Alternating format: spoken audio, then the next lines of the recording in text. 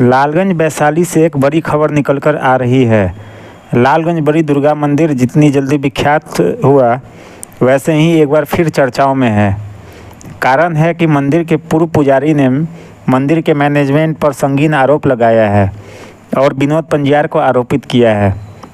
पुजारी ने आरोप लगाया कि जब वहां की खराब व्यवस्था के बारे में विनोद पंजियार को बताया तो उनके द्वारा गाली गलौज और मारपीट भी किया गया। फिर पुजारी को वहां से निकाल दिया गया। दूसरी तरफ पुजारी मणिकांत मिश्रा का कहना है कि वहां से निकलकर जब विनोद पंजियार के खिलाफ मोर्चा खोला तो उनके द्वारा जान से मारने की धमकी दी गई। मंदिर के पूर्व पुजारी मणिकांत मिश्रा से इस संदर्भ में जो जानकारी ली गई, क्या बताया, आप वीडियो में देखते हैं आगे। जी, आप मुख्य पुजारी थे। जी, किस कारणवश अभी आपने मंदिर को छोड़ दिया है?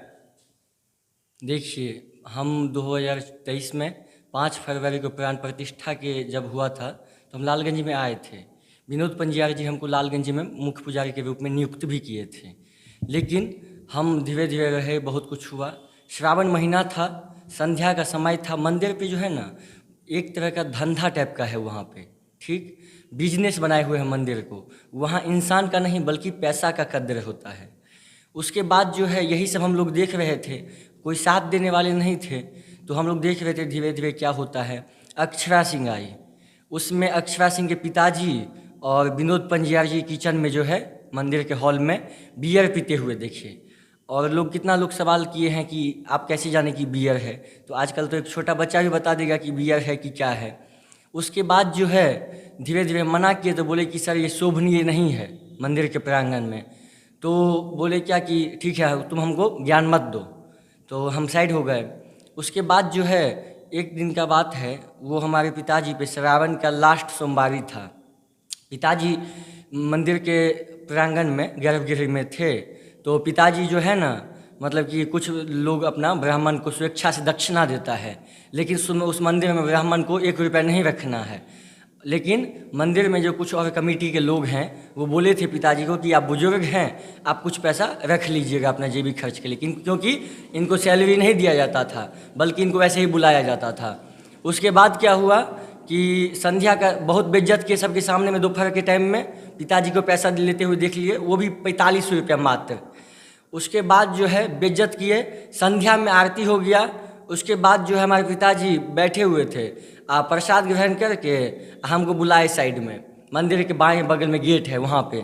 बोले बउआ यह जो है ना बहुत अच्छा स्थान नहीं है, यहाँ पे 10 प्रकार का धंधा होता है, यहाँ बहुत देह का भी व्यापार होता है वहाँ पे। अच्छा, मंदिर के नाम से कोई ट्रस्ट बना है या जो कुछ ऐसे ही नहीं, चल रहा है? कुछ नहीं, कुछ नहीं बना हुआ है सर। ट्रस्ट ट्रस्ट कुछ नहीं है। विनोद पंजियार अकेले मंदिर के मालिक बने हुए हैं, उनका अकेले हस्तक्षेप होता है मंदिर में। ब्राह्मणों पे अत्याचार करते हैं, महीना में 5-7 लाख रुपये आता है, 7,000 रुपये महीना ब्राह्मण को वेतन देते हैं। उसके बाद अपने फैमिली से पूरा मंदिर में स्कैनर साटे हुए हैं।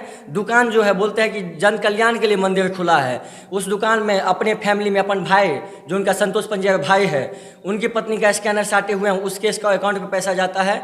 2 लाख रुपया मंदिर में महीना में आता है खाली रूम बुकिंग शादी विवाह से।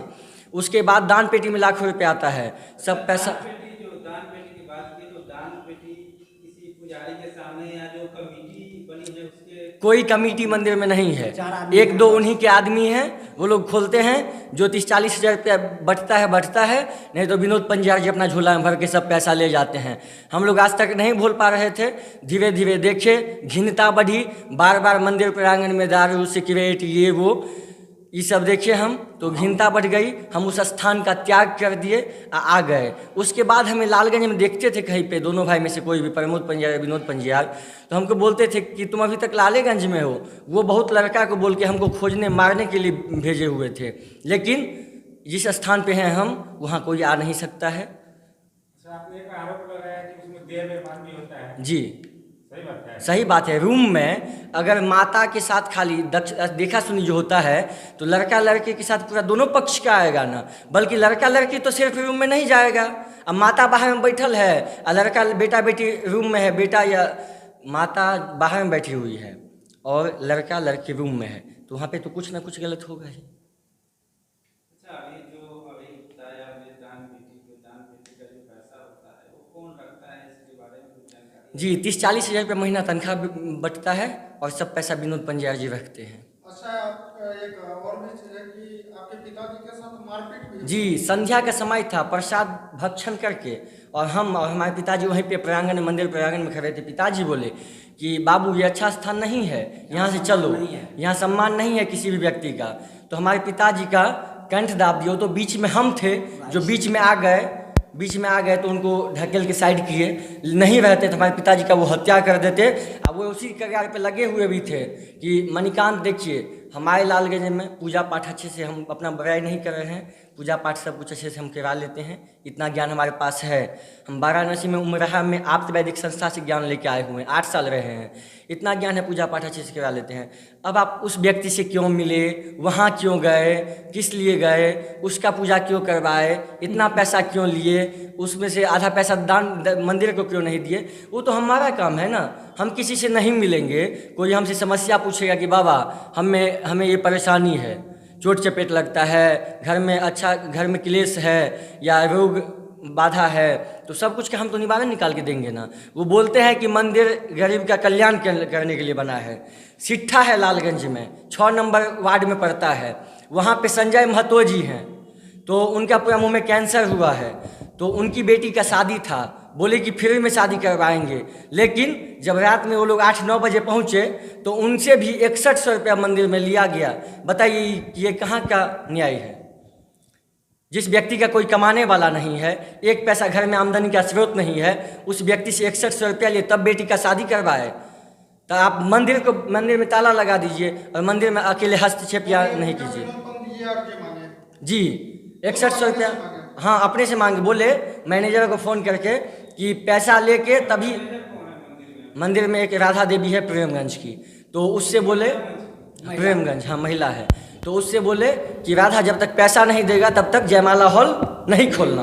और सब हम मंदिर में तब तक थे और अभी तक थे, 1 महीना हुआ है हमें मंदिर प्रेमगंज हाँ महिला है, तो उससे बोले कि राधा जब तक पैसा नहीं देगा तब तक जयमाला हॉल नहीं खोलना।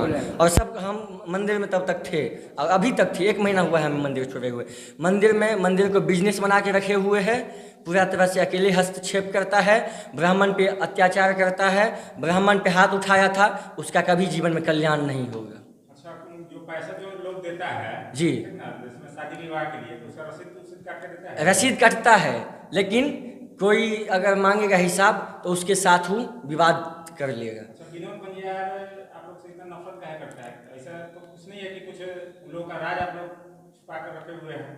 देखिए विनोद पंजाब हमसे नफरत इसीलिए करता है, जो व्यक्ति जैसा रहता है ना उसी सोच से सबको देखता है। अब वो व्यक्ति ऐसा है, अपने पहले उसका सुने होंगे कि लालगंज में चमड़ा का दलाली किया था वो। 100 बात की एक बात, हम किसी से नहीं डरते हैं, मीडिया के सामने हम खुल के बोल रहे हैं। अगर हमें कुछ हुआ तो उसके भी सहभागीदार वही होंगे। धमकी हत्या होली का टाइम था, इस बार होली में रात में हमको बैठा के प्रमोद पंजाब बोले मंदिर के बारे में कहीं कोई बात बोले तो पूरे परिवार का मधुबनी में घुस के पंडौल में आप पूरे परिवार का हत्या कर देंगे, इसलिए हम चुप थे। लेकिन धीरे धीरे आत्मविश्वास बढ़ा, बोले कुछ होगा ही ना, कोई बात नहीं है, लेकिन मंदिर में हम गलत नहीं होने देंगे, हमको मंदिर से प्रेम है बहुत है, इसलिए हम लालगंज में हैं, नहीं तो आमदनी के लिए हम लालगंज में, पैसा के लिए नहीं है। मधुबनी में घुसकर आत्महत्या कर पूरा फैमिली का हत्या कर देंगे, आत्महत्या कर देंगे, मार देंगे सब। दुर्गा मंदिर है लालगंज में, बड़ी दुर्गा मंदिर जी, में जी। आप जाने के लिए कुछ दिन काम किए थे। जी। उसके दरमियान आपके साथ क्या घटना घटी? जी हमारा बेटा है, पुत्र है मणिकांत मिश्रा, वो वहाँ पर रह रहा था। हम तो कुछ दिन के बाद चले गए, वही अपमान हुआ कि आप पैसा क्यों लेते हैं जजमान से, अगर लेते हैं तो दान बॉक्स में गिराइए। लेकिन जो पैसा पंडित जी को दिया जाता है कि पंडित जी ये मैं आपको दे रहा हूँ, वो भी पैसा उन्होंने कहता था कि आप बक्सा में रखो, आप पैसा नहीं लोगे क्योंकि मैं खाना देता हूँ। तो इसी तरह से एक दिन वही संध्या समय में आरती हो गई थी, प्रसाद लेकर के हम लोग खाने के लिए बाहर गली में गए, तो इसको मणिकांत को हम बोले कि ए बाबू, यहाँ न तुम्हारे पिता का सम्मान हुआ न तुम्हारा सम्मान हो रहा है, यहाँ अपमान ही अपमान हो रहा है, इसलिए मंदिर छोड़ो, चलो और कहीं चलो। तो उसी पर मैं विनोद पंजाब जी पीछे से आया और हमको जो है सो पूरा ये हाथ बाएं से जो है सो ये कंठ को दाब दिए। अगर मणिकांत वहाँ नहीं होता तो वो मेरे को मार देता। उसके बाद ये छोड़ाया, छोड़ाने के बाद में जो है सो फिर वो बाद में सुबह में गलती उलती माना, लेकिन हम तो आप ऐसा क्यों बोले कि यहाँ सम्मान नहीं होता? तो इसलिए कि वो सबको गाली बकता था। गाली बक जी जी जी, गाली बकता था, हमको भी गाली बकता था। मणिकांत कोई गलती कर लिया, मान लीजिए बचपना है, ठीक है, कहीं कोई गलती हो गया, कोई संगी साथी अपना साथी, सब बैचलर अपना सब खोजता है। हम बूढ़े हैं तो हम बूढ़े के साथ में बैठते हैं, ये बच्चा है तो बच्चा अपना बैच खोजता है। तो उसी के अंतर्गत में ये लोग अफवाह भी फैलाते थे कि ऐसे करता है, फलाना जगह छोड़ीबाजी करता है, फलाना जगह लड़का सबके साथ ऐसे गुंडा सब जितना है बच्चे लोग लालगंज के, उस सब के साथ में संगत है इसका। तो उसके साथ में भी गाला गलौज करता था और मेरे साथ भी गाला गलौज करता था और अभद्र कथा वो बोलता था। और इसी बीच में जो है सो उस दिन के बाद से हम आए तो उससे हमको कोई मतलब नहीं है, हम मंदिर पर रहते भी नहीं थे, अपना इससे बात करते थे, भेंट करते थे और हम पुनः वापस चले जाते थे। यही समस्या। अब क्या दिक्कत है? अब क्या आपको उनसे दिक्कत है? अब उनसे दिक्कत यही है कि वो सबको भेजते हैं कि भाई खोजो कहाँ है, यहाँ क्यों रह रहा है ये बुढ़वा और ये इसका बेटा। लालगंज उनके पिताजी का लिखा हुआ रजिस्ट्रेशन है क्या, कहीं से भी। भैया जो है उनके अपने गुर्गे को भेजते हैं कि पता करो। जी जी जी, अपने गैंग को भेजते हैं जी, यहाँ क्यों हो, बात करते हैं, भेंट करते हैं, ये सब करते हैं, लोग को भेजते हैं कि जाके उसको देखो क्या कर रहा है। ये सब समस्या है। अब मणिकांत जी मंदिर छोड़ दिए हैं, अब वो अलग में अपना ऑफिस खोले हैं, कार्य का अपना सब काम कर रहे हैं, किसी का निवारण कर रहे हैं कि जो जिसको कष्ट है उसका निवारण किया जाता है, पूजा पाठ जब ये सब होता है, हवन होता है, यही सब में अब दोनों बापूत लगे हुए हैं। जिला प्रशासन को आवेदन दिए हैं कि जी नहीं दिए क्योंकि उसका वर्चस्व है, नहीं दिए। जो धमकी मिल रहा है उसके खिलाफ आपने प्रशासन को कहीं आवेदन लिखित में दिए हैं? प्रशासन उनका है, प्रशासन उसका है तो लिखित में एक आवेदन देना चाहिए। प्रशासन के सामने ये कौन गलती क्या है। बोलेगा सर?